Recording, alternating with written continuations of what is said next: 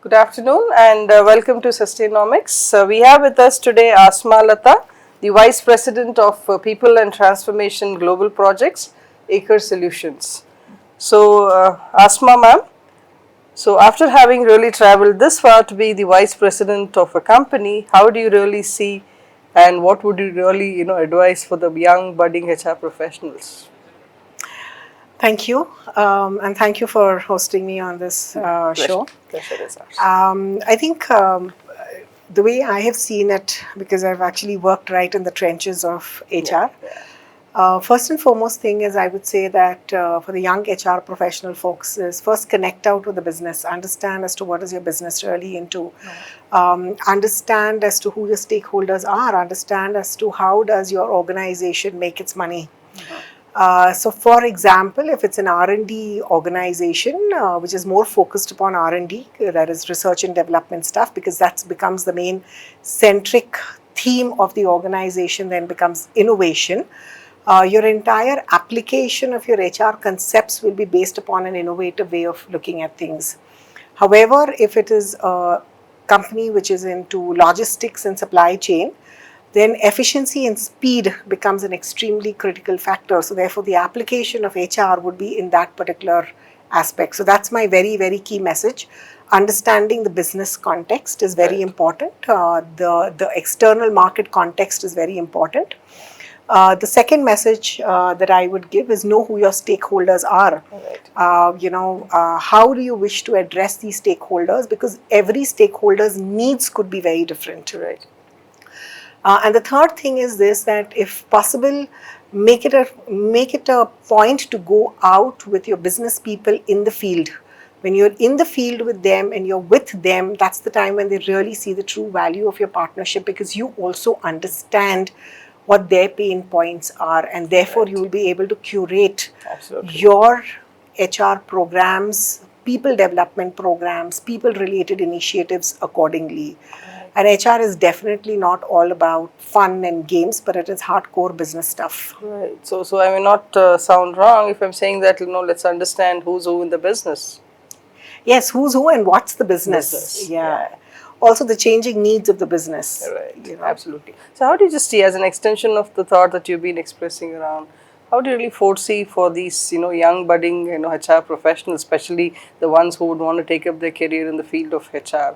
And with the emergence of AI and Gen AI and all the emerging digital technologies, what's your take on that? So I think the young budding HR folks are already in a way grooved into a lot of AI. I mean, I started my days thankfully when there was at least Lotus 1, 2, 3, and then afterwards seen a whole transition. And at that point of time, it was typewriters and secretaries and everything that were there.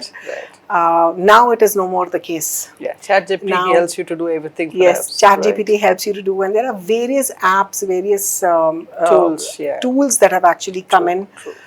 So I think for them it is actually just like second to none, because it will just come very naturally and automatically. And for all you know, I think the younger generation will be able to even develop further tools to enhance businesses.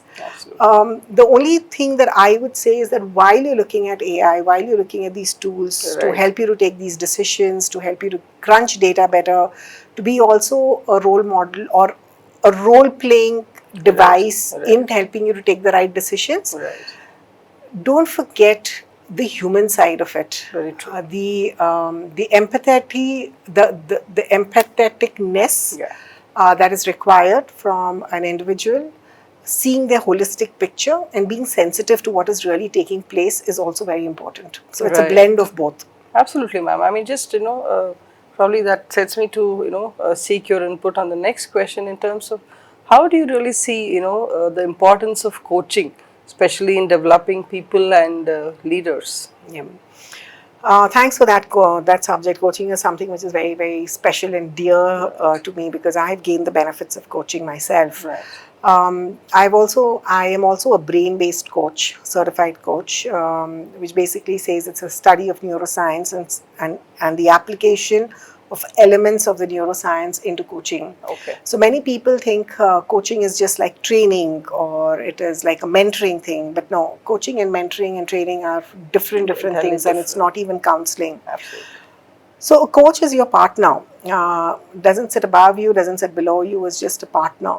A partner that helps you to curate certain kind of insights, tap into your potential, into the goals that you wish to have for yourself, that you wish to achieve for yourself, and that's what a coach actually does.